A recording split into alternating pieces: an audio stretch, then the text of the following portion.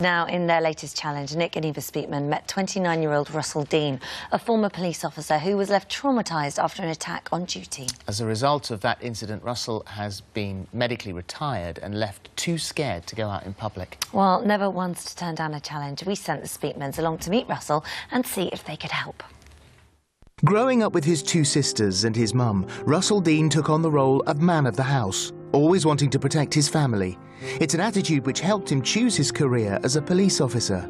It was an extremely dangerous job, and by trying to save other people's lives, Russell would often risk his own. I had a broken bottle thrust towards my neck. Another incident, I chased a suspect as I'd got him down to the floor. Next thing I know, boom, kick in the head. Russell was never badly injured, though. This was until 2011, when he was attacked by a man resisting arrest. He hit me. He hit me with the handcuffs in the face and grabbed hold of his arm. As I'm spinning around, I've put all my momentum towards my right leg. I can see out the corner of my eye there's a metal signal post. My knee hits the post. My leg wraps around it in the direction it shouldn't have wrapped around it. The consequences for that one mistake are just unbearable. Russell's leg was so severely broken, doctors told him he'd never run again. He spent 2 years proving doctors wrong and was able to return to the police force. He was physically fit again, but mentally he was struggling. I'd gone from being this proactive police officer, the one who went down the stairs to try and find people who needed help or crimes that were being committed, to finding a safe place. And when I found that safe place, I didn't want to move from that safe place. If I find somewhere with my back against the wall, and I'm only looking at people in front of me, I haven't got to worry about someone hurting me from behind. To get an understanding of his anxiety levels, Nick and Eva plan to take him to Manchester Piccadilly train station to see how he copes in a busy environment. But just the thought of going was too much for Russell. We're talking about walking to a train station. Where's the danger? Everywhere. A lot of it is because I was a police officer. I shouldn't be feeling like this. Now, I don't want you to do anything you don't feel comfortable with. If you want, we can just have a little walk to the door and see how you feel, or we can just leave it here. I'll try everything. I will try everything, because that's what I've said to myself, that I've got to try everything, because I can't keep going on like this.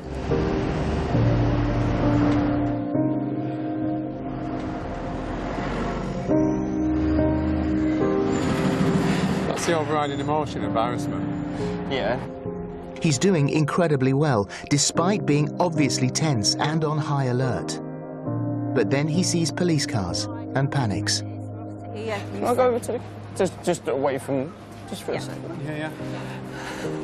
And it's the police cars and vans and that over there as well? Yeah, they're always there. You got a problem with the police? Just memories. And then, again, I've never been told there's a cure. So kind of, I resigned myself to the fact that there is no cure. And to be told that I might get better. You can 100% get over PTSD. It's got to stop here. Come on. Come back with us. Come on. Come on, mate. It's really powerful stuff, isn't it? Yeah, we'll be finding out how the Speakmans did right after this short break.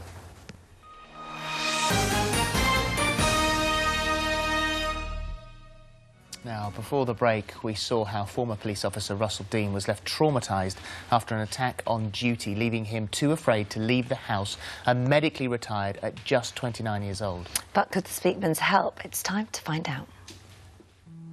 So you left the police force 9-10 months ago? Yeah. How come you're still on duty? I'll always be on duty. So the words that you used, Ross, were, I don't have my uniform anymore as a deterrent. Yeah. Somebody came to you with a broken bottle. What were you wearing? Beat helmets, bright yellow high-vis vest. Uniform, yeah. You chased somebody for nearly a mile. You actually then got him, then 3 of his friends turned on you. What were you wearing? Uniform. At the train station, there was a guy that you spoke to. One of his mates became aggressive. What were you wearing? Uniform. So what does that tell you? It wasn't the protection that I thought it was. And the attack only ever came when you had a uniform on. So in essence, don't wear the uniform and you'll be fine. Was it ever about you personally? No, it couldn't have been. When have you ever been attacked for no reason at all?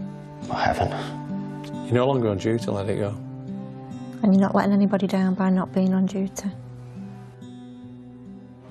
A few days later, after Russell has had time for the therapy to sink in, Nick and Eva try to walk to Manchester Piccadilly train station again with Russell to see if he's overcome his fear of crowded places. He's visibly calm and relaxed, a big improvement from how he was only 4 days beforehand. Yeah, Can I go over to... Just away from... Just for a second. Yeah. This is as far as you could go. This is as far as you could go. This was it, this was your point. And you looked up there and you were like, no, I'm done, I'm done. Yeah, it's a completely different world away. There's no anxiety, there's no fear or reservation about going in. I just kind of want to go in now, to be honest, if I'm honest.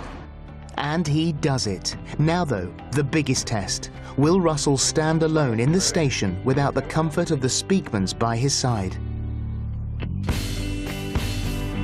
A huge success. No anxiety whatsoever. Completely fearless. Amazing! Brilliant, absolutely brilliant. This to us has been the confirmation that it's all over with. It's all over with. And he's fine. After such a long time. He's back.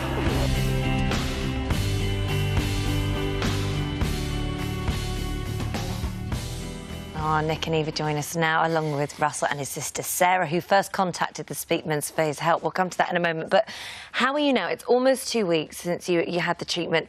It's in your face. Your face has changed. How are you feeling? I feel amazing.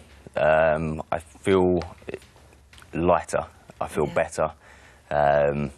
It's just gone. It's quite hard to explain. Sleep was a big thing as well, wasn't it? You hadn't slept properly, not a proper deep night's sleep. No, absolutely. And how has that changed? I'm sleeping like a log at the moment. It'd be lucky if I had 3 hours, and that would be broken hours. 6, 7 times I'd wake up with nightmares. And now I'm sleeping through, and I'm waking up, no nightmares, and I'm feeling energised again. You left the police force and personal trainer, working in the gym. Yeah. And you said that in the gym, prior to this, you were putting up a front, you were going through the motions. Yeah, absolutely. What's it like in the gym now? Well, Monday was the first time that I woke up and I went to the gym and I had the energy to work out myself as well. I had my clients in, had a bit of time, and I found myself putting on a bit of Whitney Houston and dancing around the gym, singing whilst having my workout. So, you wrote into us, Sarah, and your email in the subject at the top of the email was "Please help." You said that he was a shell of a man, and as a family, very, very concerned about him. Yeah, really concerned. It was awful seeing him go from what he was to then having his PTSD and how it was just completely affected every aspect of his life. He was just struggling to live, and nobody should have to struggle to live. And what have you got back now? My brother. Yeah, my hero. He's always been there, but it was just covered with the PTSD. And yeah, he's back, he's brilliant. We're all over the moon. And you've been working very closely with a PTSD charity, haven't you? That's Who've correct, actually been looking into your case study, and they are even shocked at the progress you've made, because you were written off. I mean, how many psychologists and different people had you been to see? For that last 4 years, I've seen at least 4 therapists and 2 psychiatrists. All who said you couldn't be helped. All who told me that there was no cure for PTSD. And because of the progress you've made with the Speakmans and the techniques that they've used, they're now going to be looking into this very, very seriously as something that At the highest level. This is in the House of Lords. Yeah, they used Russ's case study because it was so severe.